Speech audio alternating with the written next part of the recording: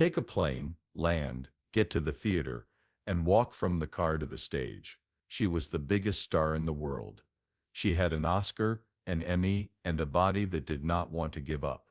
Liza Minnelli is now 79 years old and can't be recognized at all. For years she's been in a wheelchair and had 5 bad marriages.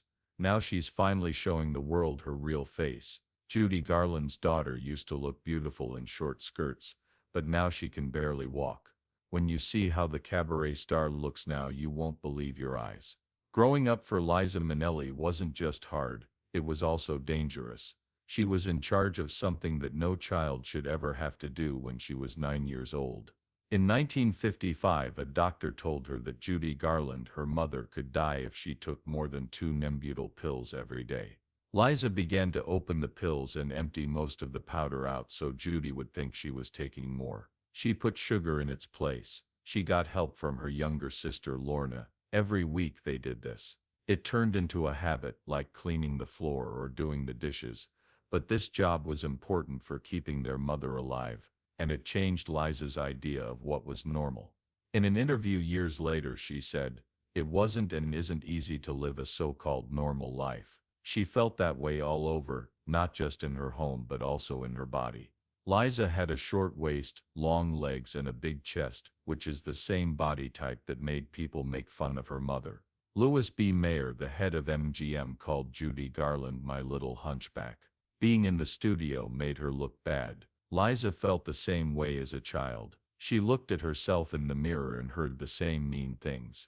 Someone in Europe in the 1970s asked her how she felt about being called ugly during an interview. It didn't surprise her. She was used to it by now. The pain her mother was in was now her own. Biographers say that both women felt unsafe for a large part of their lives. Each of them looked for a father figure in their relationships a lot. That trend began early and didn't really stop. In Liza's childhood, there was a time when things were really weird.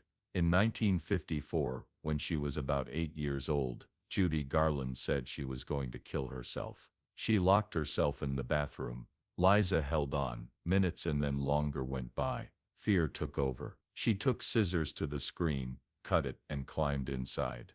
Judy was still living. She put an aspirin bottle down the toilet. It wasn't an attempt at death, it was a show. Liza knew what it was. She said afterward that all she wanted was recognition. She remembers hearing her mom laugh. Even that kind of moment was part of the act for Judy. Liza never stayed in one place for long because her home life was so crazy. She was always moving. At least 14 times she changed schools. Her mom was poor a lot of the time. It wasn't often that her father, director Vincente Minnelli, was around. Liza lived with her aunt, singer and author Kay Thompson, sometimes. Thompson based her well-known character Eloise on Liza. Eloise was a little girl who lived at the Plaza Hotel and had grown-up habits. That was Liza. She lived in hotels as a kid. She didn't have her own room. She had halls, lounges, and borrowed room. Liza was looking for herself in the early 1960s. She didn't just want to be known as Judy Garland's daughter. She got help from 2 guys. A French-Armenian singer named Charles Aznavour was one of them. The show he put on stunned Liza. She said that he was attractive. She asked him to be her guide. Yes, he said. She didn't do another show until she showed it to him first after that. He taught her more than just how to sing a song. Tony Bennett was the other one. He helped her get better at balance, control, and being on stage. In 1965 and 1966, those lessons were the most important. Liza, then 19, worked hard to show that she was more than just her last name. In 1965, the same year she played the lead role in Flora the Red Menace. Kander and Ebb wrote the songs for this, their first show. Liza was only 19 years old. There were only 87 performances of the show, but her part made history. For her role in a musical, she won the Tony Award. She was the youngest woman to ever win that award. She had been sleeping on park seats a few years before. She had spent all her money in New York and was now broke. In 1962, when she was only 16, she got her first part off-Broadway in the play Best Foot Forward.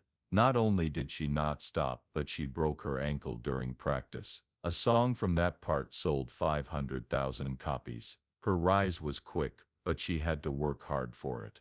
Even though Judy Garland helped her out backstage in 1965, they never really got along. People saw a mom who was happy, but Liza avoided her mom's songs for years. She didn't want to do them because they weren't hers, not because she didn't care. She finally talked about it on her Broadway show Minnelli on Minnelli in 1999. That's what she tried to do. If you're going to do something that's been done before, come at it from a different point of view. Liza Minnelli got her first big movie part when she was 23 years old. It was 1969. There was a movie called The Sterile Cuckoo.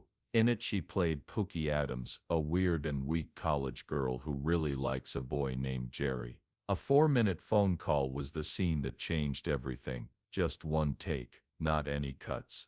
There was only her words, her eyes, and her pain. She wants to keep the relationship together, but it's falling apart. Alan J. Pakula, the director, didn't get in the way of the moment. He didn't stop the film. That choice made the scene seem real, like we were hearing something we weren't supposed to.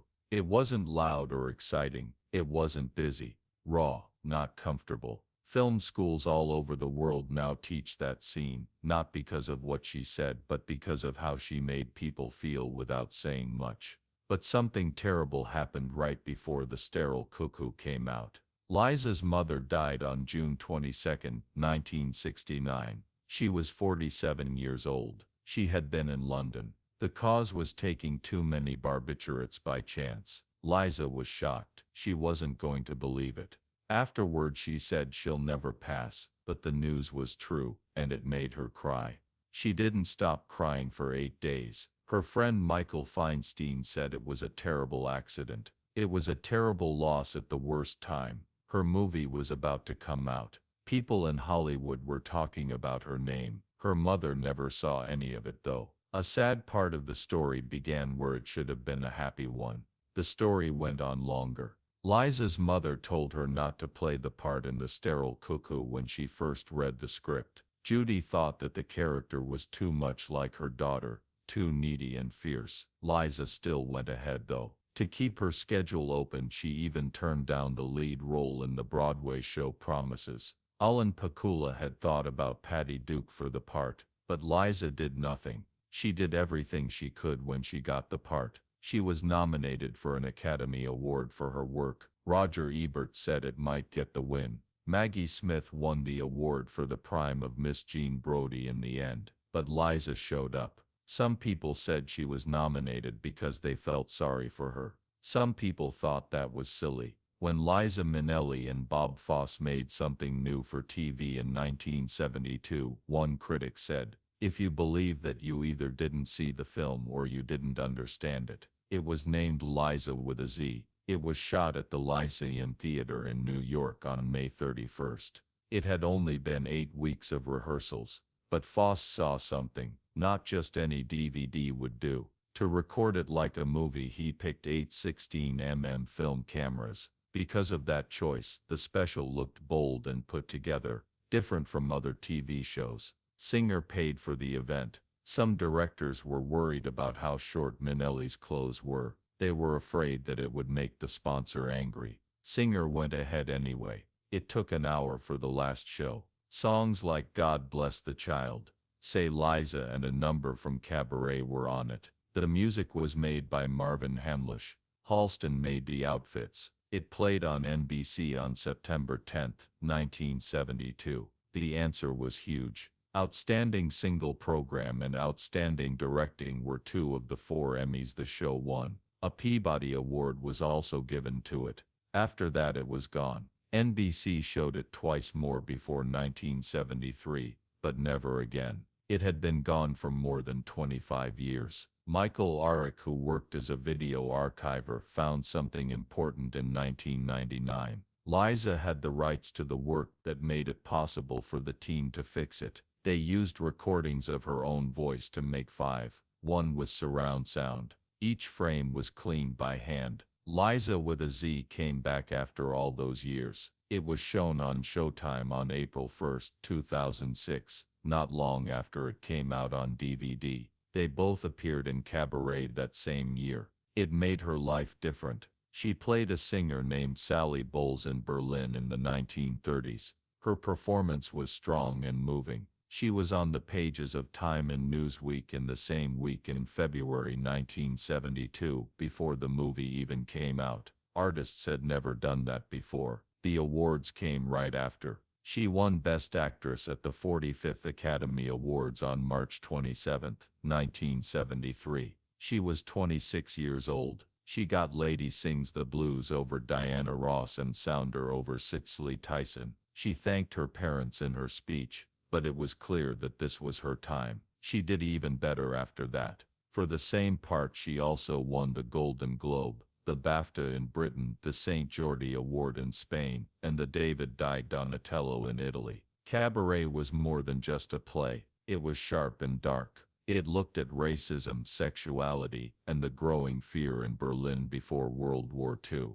Bob Fosse directed it in a quick, sharp way, and Minnelli met that with a performance that had a lot of range, took risks, and showed real feeling. The story was more powerful than most shows at the time because it was a mix of stage and movies. After Liza Minnelli won an Oscar for Cabaret in 1972, it looked like she could do anything. She had the skills, the history, and the drive. But after only a few years her movie career was in free fall. It began in 1975 with Lucky Lady, with $11 million budget, Gene Hackman and Beau Bridges as co-stars, and Stanley Donen in charge. The movie had everything a company could want, but none of it worked. Some people said it was expensive and pointless. Roger Ebert said it best: a lot of work went into something that people will forget. People didn't believe in the three-way romance that was at the heart of the story. The movie didn't do well at all. Then in 1976, A Matter of Time came out. Liza was in a movie with Ingrid Bergman that was supposed to be a cute dream set in Rome. Behind the scenes, though, things were going wrong with the show. It was directed by her father, Vincente Minnelli. He was famous in Hollywood, but while they were shooting, he was said to be showing early signs of Alzheimer's. His first 3-hour cut was meant to be big and dramatic. The studio didn't like it. They trimmed it down to 97 minutes, added awkward stock video and subbed the voices badly, and then put out a version that felt broken. Vincente was so shocked that he refused to own the movie. It was torn apart by critics. One thing Martin Scorsese did to protest how Vincente was treated was to buy ad space in the trades. It made everyone look bad in front of other people. The last blow was delivered by Scorsese's 1977 film New York, New York. It put Liza Minnelli and Robert De Niro together. It tried to mix the shiny shows of the 1950s with the dark, realistic movies of the 1970s. That mix made people puzzled. It was too long, too sad, and too hard to understand. The movie didn't do well at the box office. It hurt more than just Liza. The failure sent Scorsese down a path of sadness and drug abuse. In every way it was a big loss. The damage was done by 1978. Variety said that Minnelli was bad for the ticket office. She was no longer a bankable movie star after hearing that line. Studios that were eager to hire her after Cabaret have since backed off. After 3 losses in a row, she was no longer worth investing in. The movies moved on. Liza started doing work on stage, in TV shows, and in real life. After Arthur in 1981, she didn't have another big movie hit until 1983. That helped recover her reputation, if only for a little while. While her work was going badly, Liza also tried to move up in her social life. She went to the Rothschild house on the French Riviera in the middle of the 1970s.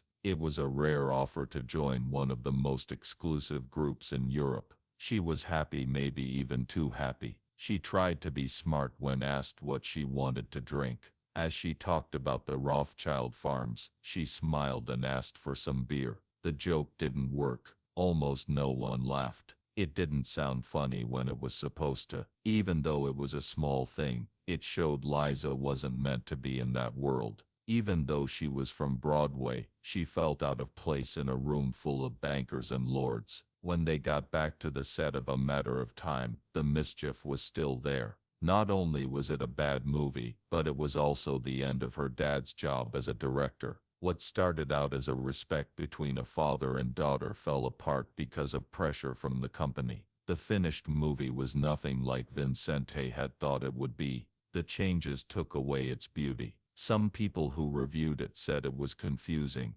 excessive and dull. It was bad for Liza's family too, not just her job. She did something in 1979 that no other artist had ever done. 11 nights at Carnegie Hall were sold. 11 nights, there were no more tickets left. A long line of people waited to see and hear her. You could get some for as little as $7.50. It cost $25 for the most expensive one, but it wasn't about the price. It was about being there. One reader said it was crazy. Someone told Liza, "You give everyone hope." She thought about that line a lot, and maybe that's what the crowd felt too. Not just fun, but something deeper. After 8 years she went back to Carnegie Hall for a 3-week stay. Once more every show was full. This time there was a 47-piece orchestra behind her. Halston made all of her clothes. The show was more than just a musical. The live record from those shows stayed on the Billboard 200 for 8 weeks.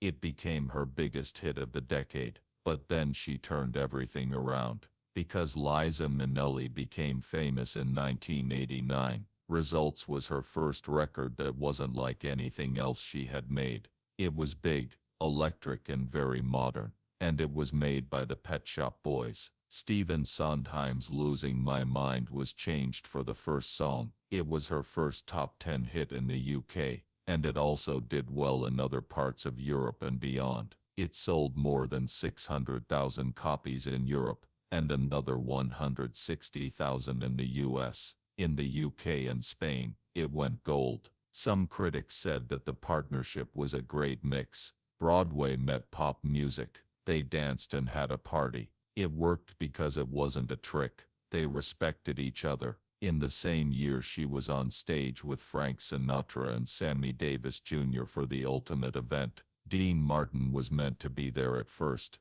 but when Liza joined the tour after he left, the mood changed. They played all over the US, and then the rest of the world. When they went to London's Royal Albert Hall, there was such a big crowd that cops had to put up blocks outside. There were 5 shows that were sold out before any ads even came out. Every event was set up like a show. Each of Sinatra, Davis, and Minnelli had their own set. Then a 40-piece orchestra played a huge 30-minute mix of all of them together. Frank Sinatra Jr. was in charge. Sammy Davis Jr. was fighting cancer in secret behind the scenes. He didn't stop. These would be his last big outings. The recordings were made at the Fox Theater in Detroit. The show on Showtime was like a moment frozen in time. After that there was the Freddie Mercury tribute show. It was Wembley Stadium in 1992. Liza wasn't supposed to sing. Someone quit. She stepped up. We Are the Champions was the song she chose. She wasn't just singing. She made the whole crowd feel better. Freddie had always liked her a lot. He loved her sound, being around her, and her movies. So it wasn't just a show when she walked on stage. A salute from someone who knew what it was like to be in charge of a stage. In the end of Unplanned, George Michael and other performers joined her arm in arm. It wasn't planned, but it felt like it was meant to be that way. A lot of people talked about it, and for many it was the most moving part of the night. In the same year Liza won the first Grammy Legend Award. She sang Losing My Mind live on that same stage. It was that song that got her back on the charts. She moved without a plan. She just did what she felt. They saw more than just a hit song. Some people said she wasn't singing to a lover, but to the business, to the fans who used to worship her but now have moved on. It became more important to ask, or were you just being nice? It was more than just a show. It was a look back. She changed again in 1996, this time with a jazz record. It was quiet, close and full of desire when Gently Spoke. It was her makeout album. and she said she missed the way old relationships made her feel. A piano, a vibraphone, and a muffled trumpet made up the sound. She even advertised it on QVC, which helped sell a lot of copies. Some people paid attention. She was no longer playing the happy character. It was a woman in her 50s singing from her heart. She was nominated for a Grammy for the record. It didn't have to win, but it didn't. The work was clear. Then 2006 came along. The Black Parade was being recorded by My Chemical Romance. They were looking for something strange and dramatic. Gerard Way said he needed someone to talk back to him, someone who had been there, known what it was like, and made it through. He also thought of Liza Minnelli, not as a trick, but as a voice. She agreed right away, met in New York to record her part. LA was where the band was. It was free of charge. In the middle of the song Mama, her voice can be heard. She says, "And if you would call me your sweetheart," and then she starts to cry. It's creepy. It works great. Billboard said it was one of the band's craziest and funniest songs ever. It got gold in the USS, silver in the USK. Minnelli later said she did it because she was interested. Gerard was nice to her. He was called as smart as a whip. He became her husband in March 1967. She was 20 years old and would soon be 21. He was an artist from Australia who wanted to become famous in the United States. She was already a part of Hollywood because her mother was Judy Garland. They seemed like a great match on paper, but her marriage didn't go the way she thought it would. In 1969, after 2 years, Liza caught him in the act. He wasn't by himself. Everything changed after what she saw. Her husband was seeing someone else. She just stood there shocked and frozen,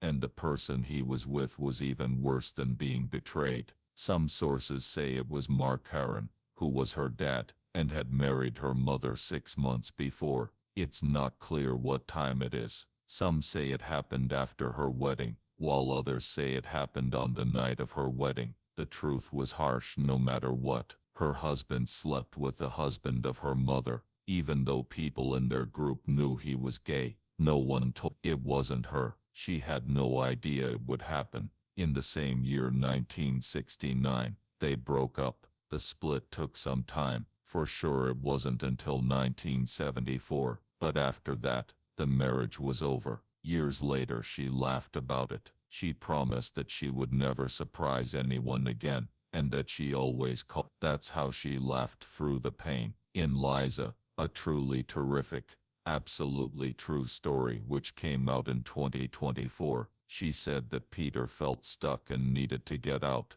and she understood that. What's shocking is how close they stayed. When Peter Allen died in 1992 from effects from AIDS, they were still friends, even after lying to each other and everything else. He was 48 years old. Liza never turned away from him. She told him that she loved him deeply, and that love would never leave. She was making movies for Cabaret in Munich in 1972-66. Things were going badly in her marriage. At that point she began seeing Rex Kramer. He was in her band and played guitar. They were very close and their friendship was well known. Some thought it was an act of payback. It could have been. They talked about how she wanted their life to be easier with him. She told people she wanted to cook black-eyed peas and eat grits on the farm his family owned in Arkansas. For someone who grew up in Hollywood, it was a strange dream, but she thought it was real. The relationship didn't work out. Liza was sued for $500,000 by Rex's ex-wife. She said Liza broke up her marriage. Later, Rex said that Liza had terrible temper fits where she would scream and then fall down. Liza said no to that. That was all she said. She had to act like she liked someone else to get away from him. It wasn't a breakdown. She called it a plan. When I look back, the pattern hurt. It was like what her mother Judy Garland had been through. She is said to have found Vincente Minnelli, Liza's dad, in bed with someone else one time. It seemed like Liza's broken heart was an echo of her mother's life. one that she couldn't get away from. Michael Feinstein, a friend of hers for a long time, told her she really didn't know. A lot of people asked him how she could be so blind, but he agreed with her. He said Liza always believed what other people told her, even if it meant making mistake.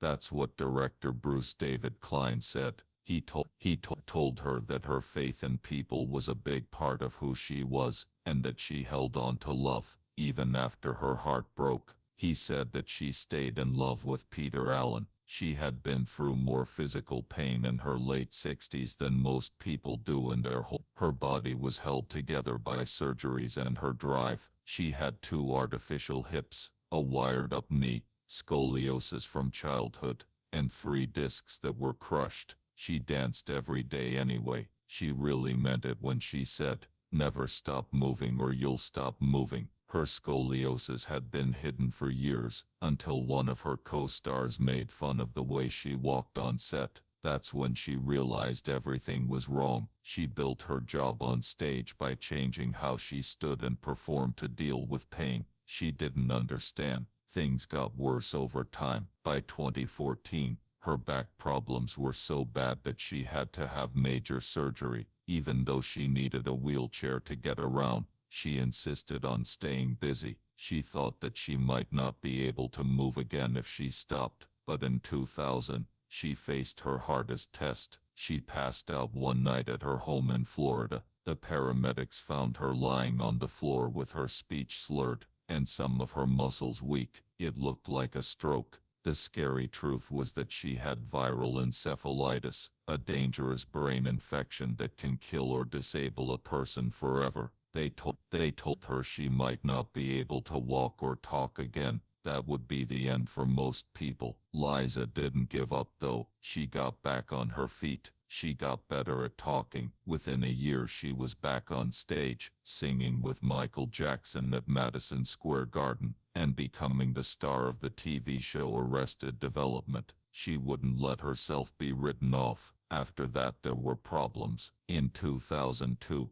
she married David Gilwest in front of a lot of famous people. James Brown was the best man. She was the maid of honor, Elizabeth Taylor. But the story only went on for a little over a year. Jess sued her for $10 million in 2003, saying she had hurt him when she was drunk. He said the beatings hurt his brain in a way that could not be fixed. But Minnelli's doctors fought back, saying that his complaints were caused by shingles and not abuse. He claimed it wasn't true. The case went on for years, until 2007, when it was thrown out. But Liza's case against Guest for allegedly wasting her money was still open. She still had problems with the law. After that, Mohammed Sumaya, who had been her driver for a long time, shocked everyone by suing her for $100 million in 2004. He told them that Minnelli had raped him several times while she was drunk. He said that the abuse went on for many years. He said she would fire him if he ever fought back. In 2004, he was fired for refusing to take a pay cut. After a few months, she asked him to her flat when she found out he was going to sue. She tried to kiss him and told him she loved him. She is said to have struck him when he declined. It took more than 10 years for the case to end. Their lawyers tried to get it thrown out, but they failed. She quietly settled down just a few days before she was supposed to speak. She never went away. Even after all of this, she moved back, but she didn't stop. She only showed up at the Oscars once, with Lady Gaga. In 2022, at age 76, she helped give Best Picture. In the same year she recorded Embraceable You with Michael Feinstein for his album of Gershwin songs. She also worked with her half-sister Lorna to make a perfume for their mother Judy Garland's 100th birthday. She is still here at age 79, still sharp and still singing. The opening of a new documentary called Liza, a truly terrific, absolutely true story, took place at Tribeca. The film will be available in 2025. It has video and private moments from her whole life. that have never been seen before. The director could see everything in her life. It was someone who was still fighting and moving, full of fire.